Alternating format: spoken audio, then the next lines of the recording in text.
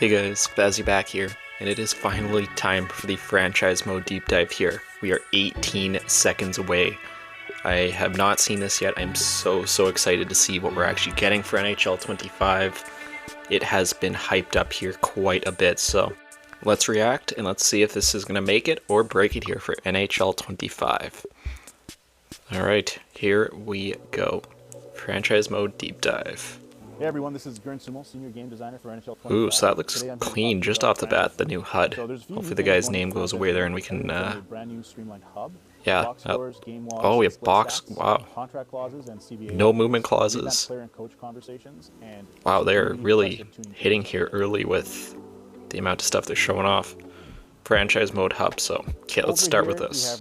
So we knew we were going to be getting a new revamp of everything when it came to the UI, the HUD, and yeah, that looks really clean. You have all your information like right in front of you. You can see the projected starting goalies, which is really cool.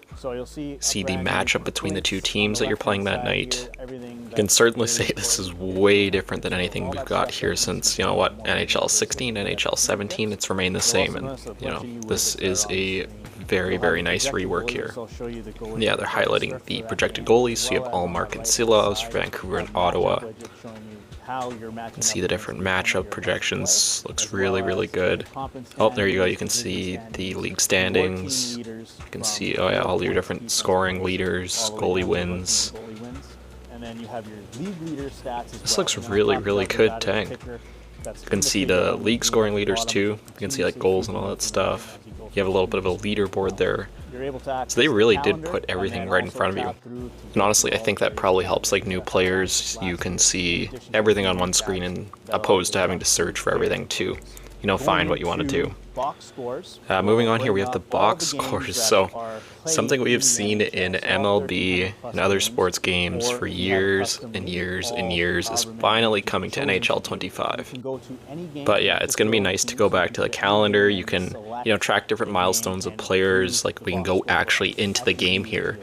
So let's just say, for example, Ovechkin. You can go and really track when is he going to score his 1,000th goal. Against what team is it going to be, even if you're not involved at all in that. That's, you know, really nice to see.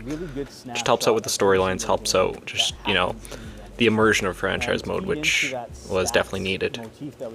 But moving on from that, looks like we're going to all the different new stat changes. So let's see what they have here. So going to Pettersson, so this all looks the same so far. You have the sort button, so game logs and split stats.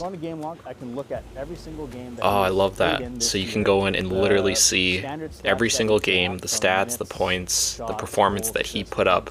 I'm guessing it's just going to be for the one season, which honestly is way more than I even thought we would get. Like maybe even like 10 games I was thinking, and then I would kind of, you know, start losing those stats. But yeah, that'd be awesome if it tracks the whole season.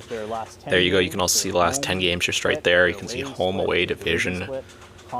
Man, you can see against all the different teams that you've played so far, it looks like, wow. They really added some detail in this year, dang. I was, you know, very much not expecting this here so far, but we are definitely getting some love here. Oh, you can actually finally see awards now. Wow, again, MLB The Show. We've had that in there for how many years now, but there's Ovechkin. You can see everything in it. He has won up until this point. That's awesome, and they've added in all the old awards that players have won too, so it's not like it's just anything that, you know, when you start a franchise mode, you'll see it. You'll see everything that predates that. But contracts, okay, this will be interesting. So you have the organizational interest. This is going to be something, I guess, that you kind of have to manage and work with throughout your players. And yeah, if you want to get them signed and all that stuff.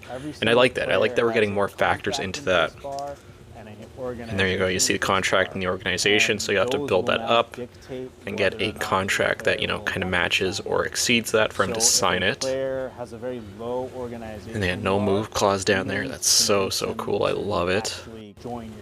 But yeah, it'll be interesting to see how much this can be customized here. Let's see. Man, I can't believe they're actually adding all this stuff in. I was not expecting already this much. This is already more than I thought we were going to be getting for the whole trailer.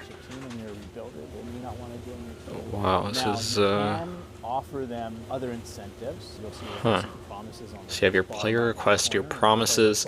So I wonder what happens if you don't end up meeting your player promises. power play. So you see he wants to be on the first power play. It's contract clause base, so no movement, no trade, modified no trade. Wow, they actually went full in with it, no clause. I was kind of thinking they're going to just maybe do a no trade clause and that would be it. In the 36, you can actually set the amount of teams. Be interesting to see how that's actually determined. I guess we'll hopefully find that out here. You can do man. EA, they actually, so far, this is looking very, very good. But yeah, let's see. I'm not sure how long this trailer is going to actually end up being. So enter negotiations. Okay, so I'm a little concerned just to start things out with here. I hope there's not something that we have to have a conversation for each time. The conversations in this game are tedious. They're not fun. Maybe they revamped this here, but I kind of like just, being able to send an offer and they take a day or two to get back to you, whatever. That system's fine in my opinion. I don't want to be going through all these offers here for each and every single player here, because I can see that getting very old very, very fast. So hopefully it's something that, yeah, I don't know. I guess we'll have to wait and see. But I hope it's not too much tied to it, or if it is, we can have it turned off. But yeah, I guess we're gonna have to wait and see here. So you have to get them to successfully persuade them, which obviously can be successful or obviously rejected by the player. So obviously you can go years. Like, it's cool that they have, I don't know, I'm not sold on the conversation still, like going 1 year. Like, I'll just offer that to the player in the contract screen, which we just saw. I wonder if we can still do that. I wonder if you have to do this. Because yeah, that's going to get tedious. It's going to get old if we have to go through this the whole time and negotiate. But if it's, that's the thing too, if they have like all the organizational sentiment that you have to build up here, I'm thinking it might be kind of baked into the system. So we might not be able to turn that off. I'm not too sure. But you can go with different years and money. You can negotiate with that player there and, I guess really see what he would like. And just going through everything here with Sam Bennett.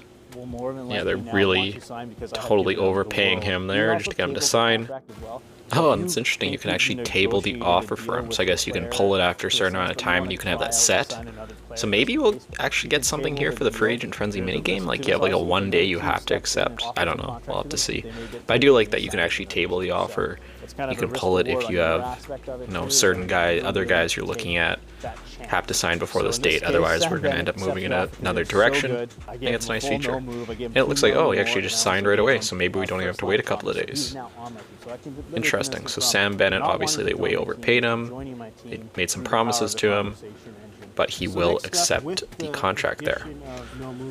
Alright, so now you can see has clauses for different teams, so you see like Barkov, Kachuk, Reinhardt, all these players here have different types of clauses in their contract when it comes to trade protection.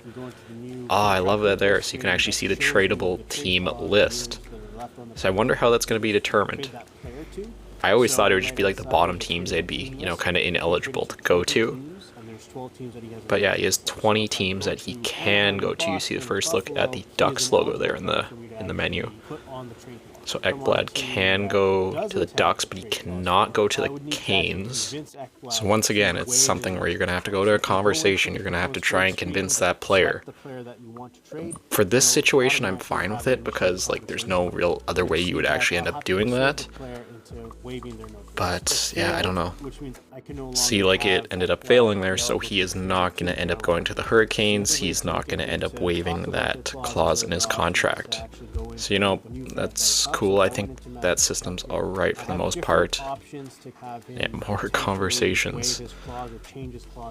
So we have power play, you have your clause option, waive. So it looks like just a bunch of different topics that you can now talk to the player about, which is good. Yeah, asking Matthew Tkachuk to talk about his clause, and it was successful, so he will end up waiving to go to a specific team now, which is good. And you can actually see it's a modified no trade that gets edited there, so now he will go to the Montreal Canadiens. Yeah, I think that's a system that honestly it looks pretty solid for the most part. I love we're finally actually seeing no trade, no move clauses in franchise mode. Had them in for the expansion draft, but they were never playable outside of that. So it's good to finally see we can have them fully implemented. And yeah, it's awesome.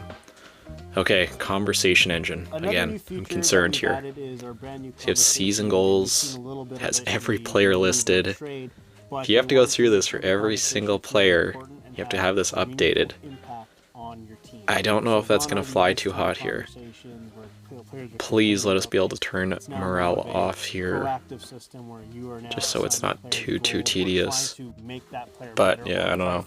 I haven't played with any of these conversations turned on in, I don't know, probably NHL 16 when they added morale. Just never a fan of it. Just, yeah. So you can talk about your season goals, your on-ice play, or in conversation, at least in this situation. So you're going to go season goals, so you have long and short-term goals. So these are half season goals. They're shorter goals, so just getting a good start to the season. And then we have long-term goals, which allow and let's focus on goals for the season as a whole, which they went with. So you have stat challenge, award challenge, and X Factor challenges. So it's going to impact development, which again, I don't know. I kind of liked how it just almost automatically did it to a degree. Like, we don't have to be hands-on totally for that, in my opinion. So you're choosing like plus minus, block shots, assists. I guess it would be kind of cool, like block shots. If you block a certain amount of shots and you get that goal, your shot blocking is going to end up going up. But yeah, I just don't want to have to go through that for each and every player. But yeah, you see the reward there. +1 to 4 to the passing stats, so he'll end up getting better if he ends up reaching that goal. So then you have your, it shows you right there your goals and promises. So he has a stat challenge, he has to get 40 assists in the season. And you obviously still have the morale meetings. Looking at it here on ice play once again, see what they end up discussing here. Adaptability. This adaptability rating allows us to control. Interesting. Yeah, I can't wait to actually get my hands on this and try it out for myself. So you can do play style, position. So you can try and convince them to change position. Like, they're saying lefty, righty. Like, if I play them out of position, are they gonna get like super mad at me? Like, what does it really matter in that regard? That's why I kind of think morale is gonna end up being baked in, which we just can't turn off. I really hope I'm wrong with that, because if I have a left defenseman, I just want to play him on the right. Just let me play him on the right. It doesn't really matter. So yeah, they're trying to convince him there. He is trying to change the position to right defense. Let's see if this is successful, or if Korchinski here ends up declining. But yeah, let's see here. So right defense, obviously they just want to switch him over and add a secondary position, which is good. Obviously, I'm guessing you're probably not going to be able to change defensemen into forwards. Who knows? Maybe that would be pretty cool if they ended up going... Oh, look at that. Left wing, you actually can. Persuasion failed. So he doesn't want to be a right defenseman. So what happens if I just go and put him on that right side? Yeah, I don't know. Is it going to make him mad at me? Is it going to make him not want to be on the organization? It's a cool theory and thought. Like, I don't know. So, in addition, you can also talk to your. So also here you have your coach conversations. For the team. And these essentially are so you can see it looks like it's just like kind of a general buff to your team and certain stats, whatever you end up choosing. 5-on-5 focus. So yeah, I don't know. It's a lot of conversation stuff here. So many awesome, amazing features like added in, like bang right off the start. But they have really been lingering on these conversations in the different, situations around them.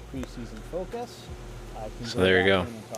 Ended up convincing the coach, and I guess you'll end up getting preferred you know, lines some is kind of just buff block there. until the regular season, and I'll get You into can see that the different as well. explanations. Exile allocations also You can block see until the regular success. season, but this will allow you to And just the overall allocate summary. what Some you stuff want is going to be for locked down lines, there. free lines, top heavy. But it's nice. It looks like you can allows actually to kind of change manipulate that and have coaching the best style there. possible situation Ice for time you. allocation. So now that we're here So in the before, regular obviously, like season, your I'm coaching now and everything, it able was to locked with that current coach. If you ended up firing him and rehiring him, it would change his scheme fit and all that stuff, but it looks like that is a little bit more customizable now. So you have your game plan, yeah, you can change like preferred lines, so I wonder if that's going to have to be like, I want to have a certain player on the top line, just end up making it happen, and they'll end up getting better chemistry or something on that line.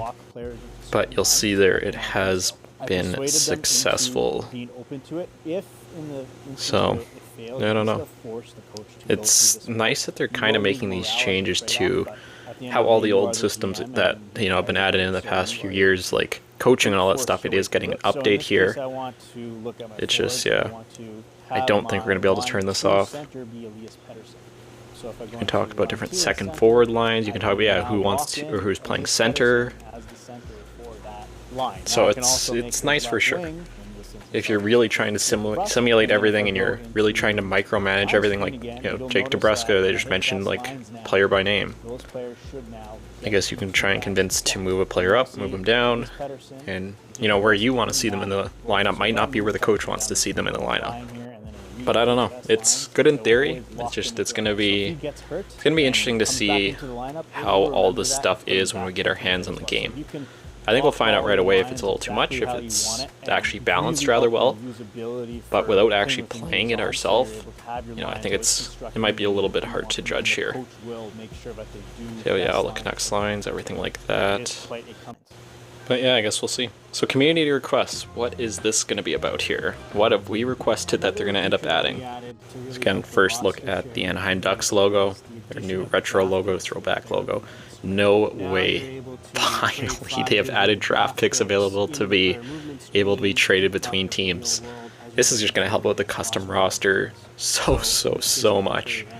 Before you had to merge the roster with EA's latest, you had to reassign every player, redo every single rating for every player, and now you can just trade them among teams. Okay, that is a huge win. Those people, let's be honest, just they won't really see this, they won't care about it, they might not know about it, but for, you know, having authentic rosters and being able to keep up with all the trades at the trade deadline, that's insane. Oh no, they're adding in more medium elite players. Who requested this? Okay, so we just went from one of the best features to one of maybe the worst. Please don't add in more medium elite players in the draft classes. I'm guessing we can still probably obviously have that turned down. But oh no, why did you have to throw that in there at the end? So, wow is all I have to say.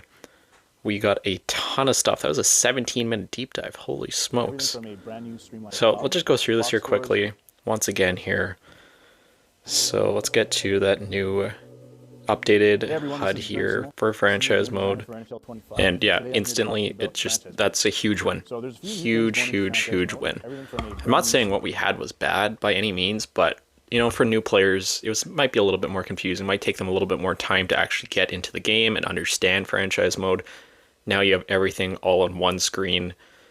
And, you know, everyone who saw this trailer early said, you know, you're going to have the information all right in front of you. It's going to be easy to manage. And, you know, I totally agree with them. I think this is a good change. It's probably going to be the only menu change we get now till, like, NHL 35. But hey, it looks good. I'll say that. Looking at the box scores here again. I love this feature. I don't know why we haven't had it here. People have been asking for it for years and years, but you know, I think that looks really good for sure. And obviously being able to break down players last game, seeing the game logs, that's amazing. I love it. Absolutely love that. So let's just get back here. Slow this down a little bit more. So obviously no movement clauses, no trade clauses, modified, no move, no trade. Like, we've been asking for this for how many years now? 5-10 years, and they're finally actually adding it in.